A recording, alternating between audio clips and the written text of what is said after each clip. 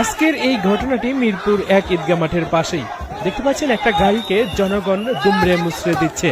এর একমাত্র কারণ যেটা আমরা প্রত্যক্ষদর্শী হিসেবে এখানে দেখেছি বা শুনেছি মানুষের কাছ থেকে, চারপাশে মানুষ যেটা বলছে বা উৎসুক জনতা যেটা বলছে যে এই গাড়ির যে ড্রাইভারটি ছিল সে বেপরোয়াভাবে গাড়িটিকে ড্রাইভ করেছে এবং রাস্তাঘাটে মানুষকে দুর্ঘটনা ঘটিয়ে মানুষকে অ্যাক্সিডেন্ট করে দেন তারপরে এখানে এসেছে।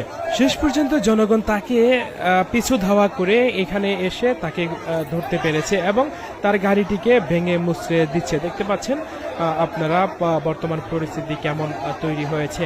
আর যে ছেলেটি যে ছেলেটি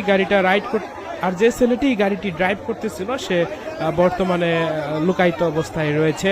তাকে ধরতে পেলেও হয়তো বা অন্যরকম একটা পরিস্থিতি তৈরি হতে পারত।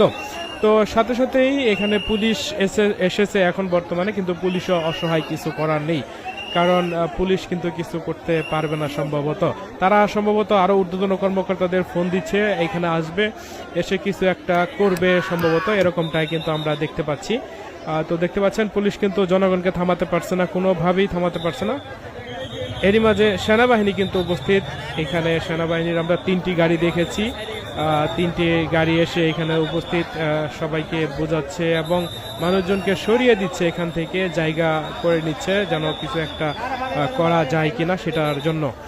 আপনারা দেখতেই পাচ্ছেন সেনাবাহিনীর টিম কিন্তু এখানে উপস্থিত, কলেজের স্টুডেন্ট উপস্থিত রয়েছে।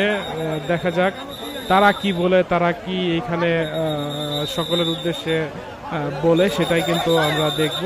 আসলে ঘটনাটি খুবই দুঃখজনক এবং বেদনাদায়ক। বর্তমান ঢাকা শহরে যে গাড়ি ড্রাইভ করে অনেক ইয়ং ছেলেমেয়েরা কিন্তু অনেক ভাবে বেপরোয়া গাড়ি কিন্তু ড্রাইভ করে থাকে, এর জন্য কিন্তু মূলত এই ঘটনাগুলো ঘটে থাকে চারপাশে।